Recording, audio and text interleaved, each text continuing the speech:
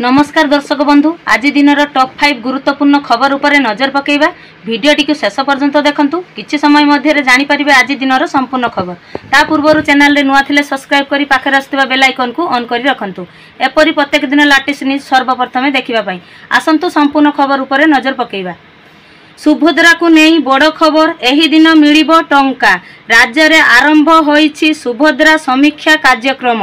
राज्य रे अंगनवाड़ी दीदी, एसएचजी महिला और उच्च शिक्षा विभागर छात्री छात्र सुभद्रा योजनार समीक्षा करिवे बोली उपमुख्यमंत्री तथा महिला और शिशु विकास मंत्री प्रभाती परिडा कहिसंती। राज्य रे 200 रु अधिक अंगनवाड़ी केन्द्रर मध्य एही कार्यक्रम जरिया रे समीक्षा करा जिवो।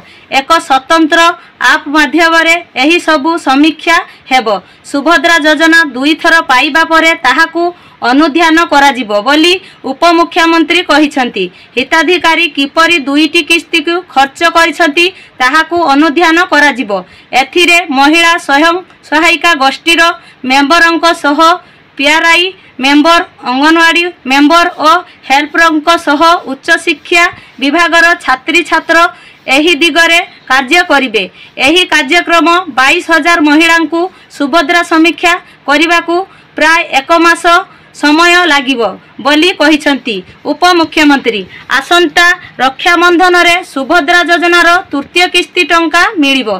आसंता अगस्ट 9 तारिख रे ओडिशार महिला पाइबे सुभद्रा तृतीय किस्ती।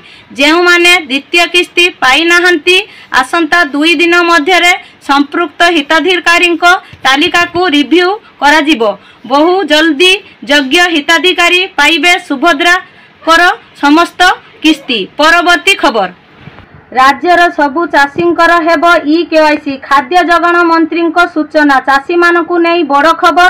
राज्यर सबु चाषींकर हेबो ई-केवाईसी, जहा द्वारा नकली चाषी धरा पड़िबे। अगस्ट 20 तारिख जाए पंजीकरण चलिबो। एने खाद्य जगण मंत्री कृष्ण पात्रंकर सूचना रहिछि। समस्त चाषी ई-केवाईसी करबाकू मंत्री परामर्श देइछंती। बापा जेजेबापांक नाँ रे जमी थिले पुओ करि पारिबे पंजीकरण। परवर्ती खबर, आउ 10म रे बोर्ड परीक्षा रहिबो नाही, सीधा द्वादश रे बोर्ड परीक्षा हेबो। बीजेपी सरकार आसु आसु जातीय शिक्षा नीति 2020 लागू करी देले, जहा अनुसार आउ 10म रे बोर्ड परीक्षा रहिबो नाही, सीधा द्वादश रे बोर्ड परीक्षा हेबो। जेउ हिसाब रे श्रेणी विभाग करा जायछि सेथिरे नवम रु द्वादश जाए स्कूल रे ही पढ़ा हेबो। जेउथि पई प्रथम विद्यालय रे 102 स्कूल अपग्रेड करबाकू निष्पत्ति नेइछंती सरकार। परवर्ती खबर, +2 पाठपढ़ा को वंचित पिला पाठ गणशिक्षा मंत्री सूचना। 102 उच्च विद्यालय उच्च माध्यमिक विद्यालय रे परिणत हेबो। एने ट्वीट करी सूचना देले गणशिक्षा मंत्री नित्यानंद गंड। जेउ माने +2 पढ़ी नांती अर्थात पाठपढ़ा को वंचित अछंती सेमाने निकटस्थ कॉलेज रे पढ़ी पारिबे पाठ। परवर्ती खबर, केबे ठारू लागू हेबो अष्टम वेतन कमिशन। संसद रे तारीख नहीं सूचना देले केंद्र सरकार। अष्टम वेतन कमिशन संपर्क रे सरकारंक पक्षरु आसीछि एक बड़ सूचना।